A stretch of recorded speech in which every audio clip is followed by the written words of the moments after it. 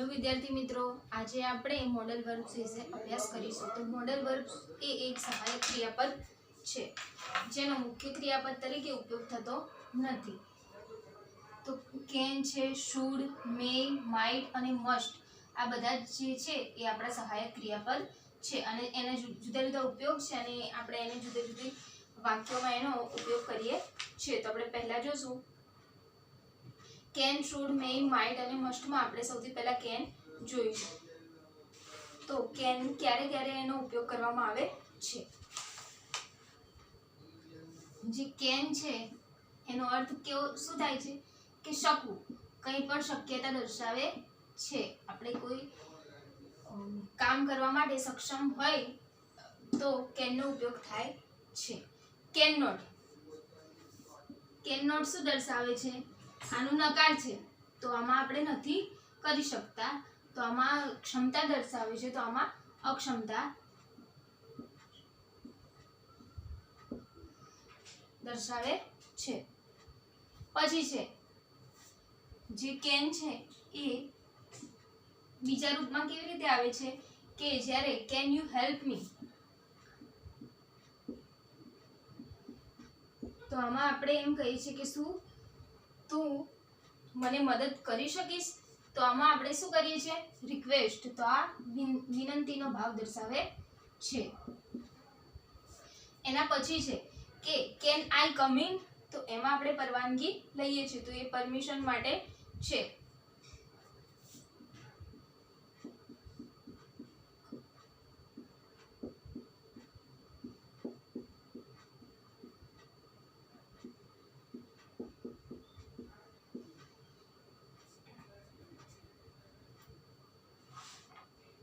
તો જે આપણું પહેલું વાક્ય છે કેન માટેનું, તેમાં શું છે?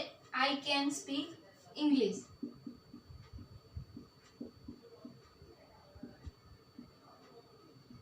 તો આમાં હું ક્ષમતા દર્શાવું છું અથવા હું કંઈ કરી શકું છું। આઈ કેન સ્પીક ઇંગ્લિશ, તો હું ઇંગ્લિશ બોલી શકું છું। અને એના પછી છે કે કેન નોટ, એમાં અક્ષમતા દર્શાવે છે કે આપણે જે કોઈ કામ કરી શકતા નથી તેના વિશે વાત કરીએ છીએ। તો I can not drive a car,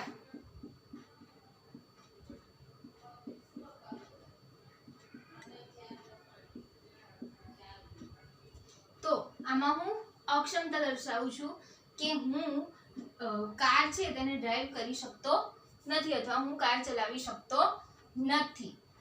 આમાં હું કરી શકું છું, હું ઇંગ્લિશ બોલી શકું છું, આમાં હું કરી શકતો નથી। આમાં એક રિક્વેસ્ટ છે કેન યુ હેલ્પ મી, શું તમે મને મદદ કરશો, અને આમાં છે કે કેન આઈ કમ ઇન, તો શું હું અંદર આવી શકું। તો કેનના છે એમાં જુદા જુદા ઉપયોગ છે। હવે એના પછી છે શુડ, તો અત્યારે આપણે કેન વિશે જોઈ લીધું, જે સહાયક ક્રિયાપદ છે તેનો ક્યાં ક્યાં ઉપયોગ થાય છે અને વાક્યમાં કેવી રીતે મૂકવામાં આવે છે। એના પછી છે શુડ, શુડ અને શુડ નોટ આપણે આગળ જોઈ ગયેલા છીએ કે શુડ એટલે કંઈ કરવું જોઈએ જે આપણી ફરજ દર્શાવતું હોય, અને શુડ નોટ તો એ ન કરવું જોઈએ। તો એના પછી છે શુડ, શુડ છે તો એ એવું દર્શાવે છે કે આપણે કંઈ પણ કરવું જોઈએ, અને જે શુડ નોટ છે એમાં ન કરવું જોઈએ। હવે એમાં પહેલું વાક્ય છે કે વી શુડ સેવ ટ્રી,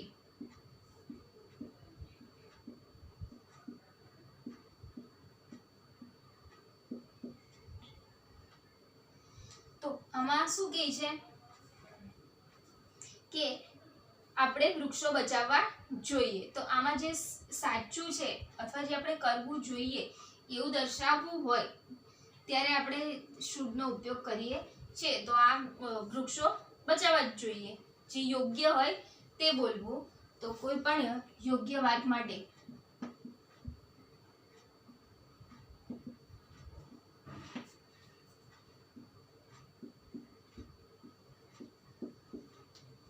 એના પછી છે કે we should not waste water, તો બીજું વાક્ય છે એમાં યોગ્ય જ છે પણ આમાં શુડ નોટ છે, આમાં હકારમાં છે કે આપણે વૃક્ષો છે એને બચાવવા જોઈએ, અને આમાં છે કે આપણે પાણી વેડફવું જોઈએ નહીં તો એનો દુરુપયોગ કરવો જોઈએ નહીં. તો we should not waste water.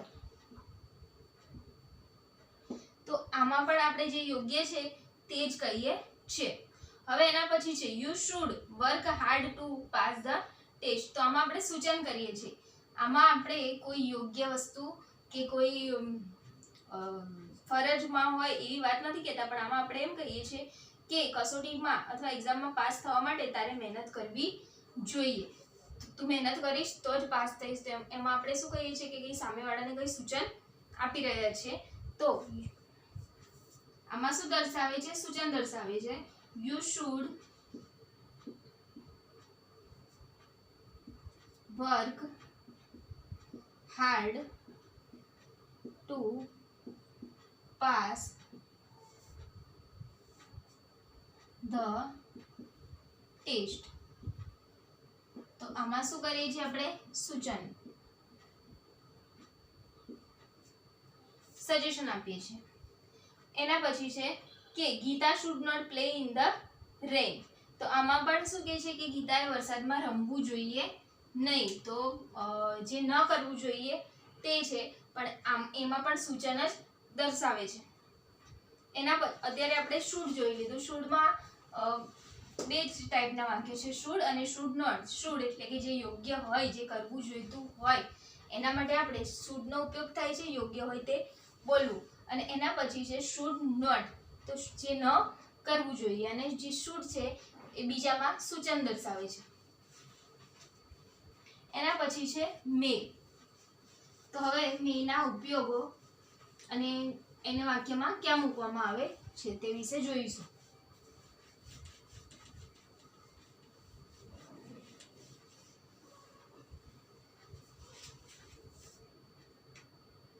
હવે આના પછી આપણે મે વિશે જોઈશું.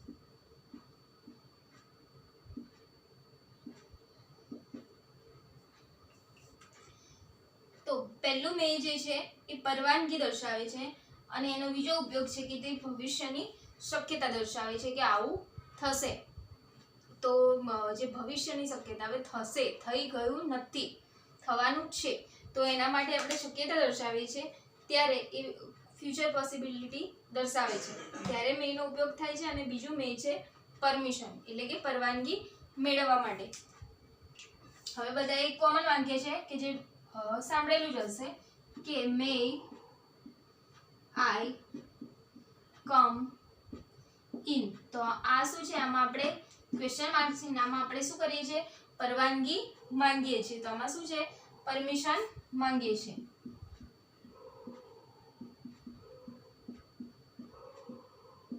અને જે બીજું મે છે કે હેમંત મે વિન ધ મેચ, તો આમાં શક્યતા દર્શાવે છે.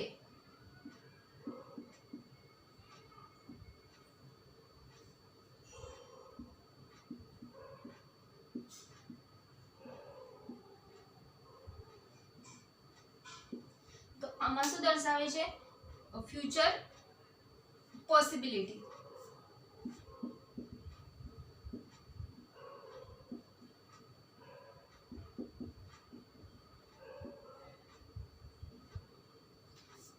તો એકમાં જે એમાં પરમિશન દર્શાવે છે અને બીજામાં ફ્યુચર પોસિબિલિટી દર્શાવે છે કે આવું થશે. હેમંત મેચ જીતી શકશે અથવા હેમંત મેચ જીતી શકે છે. હવે મે વિશે આપણે જોઈ લીધું કે તેમાં પરમિશન અને ફ્યુચર પોસિબિલિટી દર્શાવવા માટે તેનો ઉપયોગ થાય છે. મે પછી આપણું આગળનું સહાયક ક્રિયાપદ છે માઇટ. તો હવે એના વિશે જોઈશું.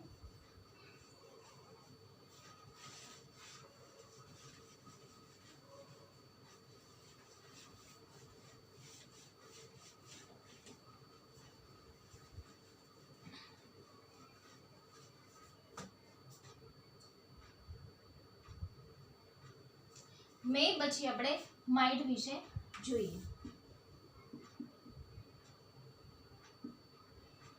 એનો શું ઉપયોગ છે અને એને વાક્યમાં ક્યાં મૂકવામાં આવે છે? તો માઇટ છે તેમાં શક્યતા દર્શાવવામાં આવે છે. એમાં પ્રેઝન્ટ પોસિબિલિટી અને ફ્યુચર પોસિબિલિટી બંને છે.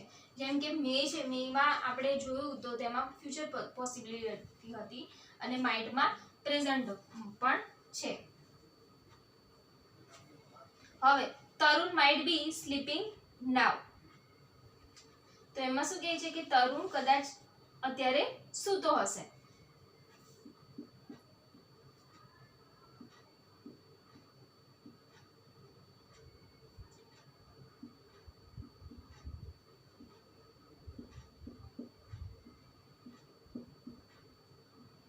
હવે સ્લીપિંગ આઈએનજી લાગે છે ક્રિયાપદ જોડે અને નાવ એટલે હમણાં અથવા હવે.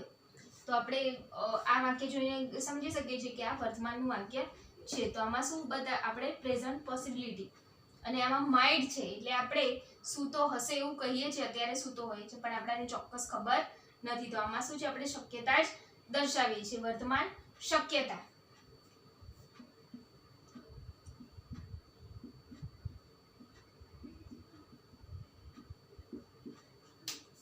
હવે એના પછી છે ભવિષ્યની શક્યતા. તો ધ ટીચર માઇટ પનિશ યુ.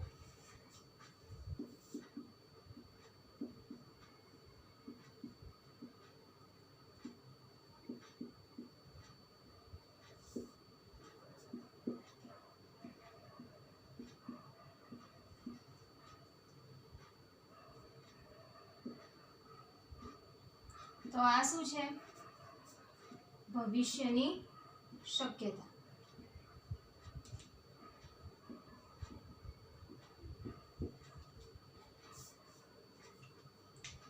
તો આમાં શું કહે છે કે શિક્ષક તને સજા કરશે અથવા શિક્ષક કદાચ તને સજા કરશે. આના માટે કોઈ કંઈ કર્યું હોય ત્યારે આપણે કહી શકીએ કે કદાચ તને આના લીધે ટીચર સજા કરશે. તો ધ ટીચર માઇટ પનિશ યુ. તો આમાં ભવિષ્યની શક્યતા દર્શાવે છે અને આમાં જે છે એ સૂઈ રહ્યો હશે અત્યારે, તો એમાં વર્તમાનની શક્યતા દર્શાવે છે. તો માઇટનો ઉપયોગ પણ શક્યતા દર્શાવવા માટે જ થાય છે, પણ એનો ઉપયોગ જુદા જુદા વાક્યમાં થાય છે.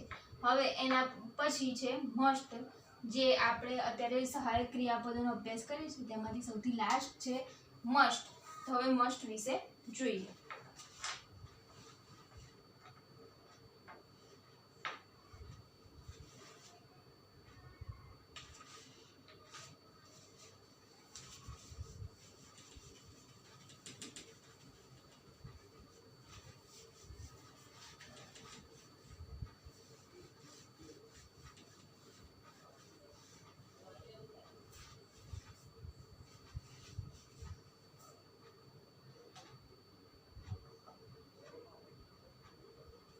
તો આપણે કેન જોયું, શુડ જોયું, મે, માઇટ અને હવે અંતે જોઈશું મસ્ટ. તો મસ્ટ છે એ શું દર્શાવે છે, ફરજ જ દર્શાવે છે આપણી, આપણે કંઈ કરવું જ જોઈએ. પણ આ શું છે કે આમાં વધારે ભાર મૂકીને કહેવામાં આવે છે કે આપણે તે કરવું જ જોઈએ.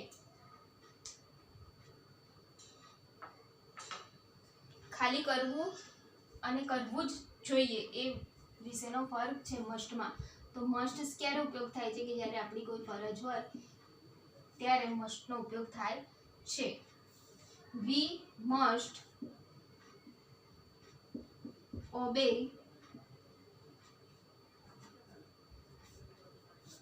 અવર પેરેન્ટ્સ. તો આમાં શું કહે છે કે આપણે આપણા માતા પિતાનું આદર કરવું જોઈએ અથવા માનવું જ જોઈએ. આપણે આપણા માતા પિતાનું માનવું જ જોઈએ. હવે એટલે માનવું અથવા એમને માન આપવું. તો આમાં શું છે, ઓબ્લિગેશન છે. ઓબ્લિગેશન એટલે ફરજ. આ શું દર્શાવે છે, ફરજ દર્શાવે છે. તે આપણી ફરજ છે. એના પછી છે we must not break the rules of the school. તો આ પણ આપણી ફરજ છે. we must not break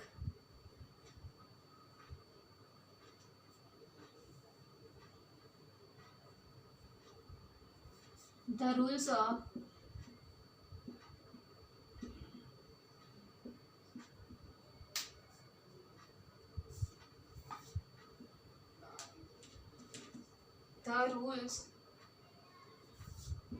of the school.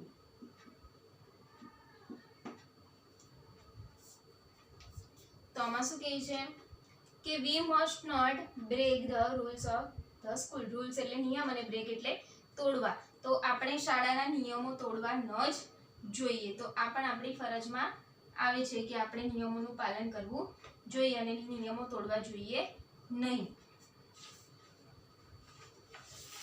તો આજે આપણે બધા સહાયક ક્રિયાપદો જોયા છે. કેન, શુડ, મે, માઇટ અને મસ્ટ મોડલ વર્બ્સ સહાયક ક્રિયાપદ કહેવાય છે. આ ક્રિયાપદો વાક્યોમાં મુખ્ય ક્રિયાપદ તરીકે ઉપયોગમાં લેવાતા નથી.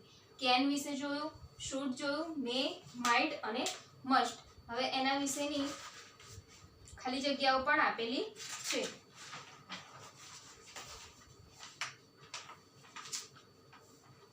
હવે જે શુડ અને શુડ નોટ, શુડમાં શું દર્શાવે છે કે જે યોગ્ય હોય તે કરવું અને શુડ નોટ એટલે નહીં કરવું.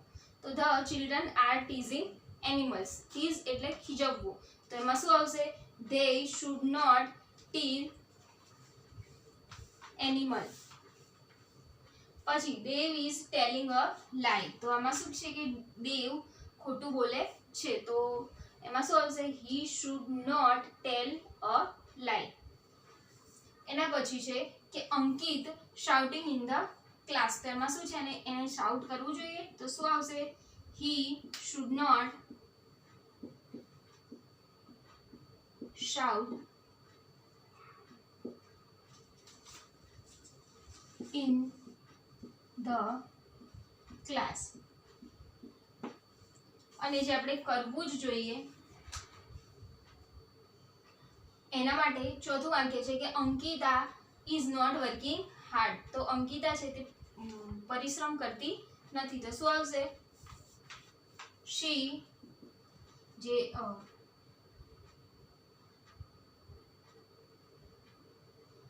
આ ત્રીજું હતું, આ ચોથું છે.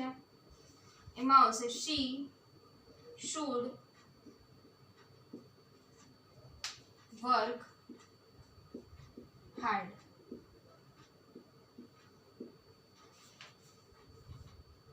હવે છે એના પછીનું mister Das is not teaching in the children properly. તો જે મિસ્ટર દાસ છે એ બાળકોને પ્રોપરલી યોગ્ય રીતે શીખવતા નથી. તો શું આવશે? He should teach the children properly. એના પછી છે કેન અને કેન નોટ. તો Manoj is 20 years old. He can drive a car. તો આમાં શું છે કે 20 years old છે, 20 વર્ષનો છે એટલે એ ડ્રાઇવિંગ કરી શકે છે. અને Uma is not well today. She can not go to school. તો આમાં શું છે કે ઉમા છે નોટ વેલ એટલે એને સારું નથી. તો she can not go to school. તો એ સ્કૂલે જઈ શકશે નહીં. પછી છે ઇટ ઇઝ રેઇનિંગ. વી ખાલી જગ્યા ઇન ધ ગાર્ડન. તો શું આવશે? We can not play in the garden. બહાર વરસાદ પડી રહ્યો છે તો અમે ગાર્ડનમાં રમી શકીશું નહીં.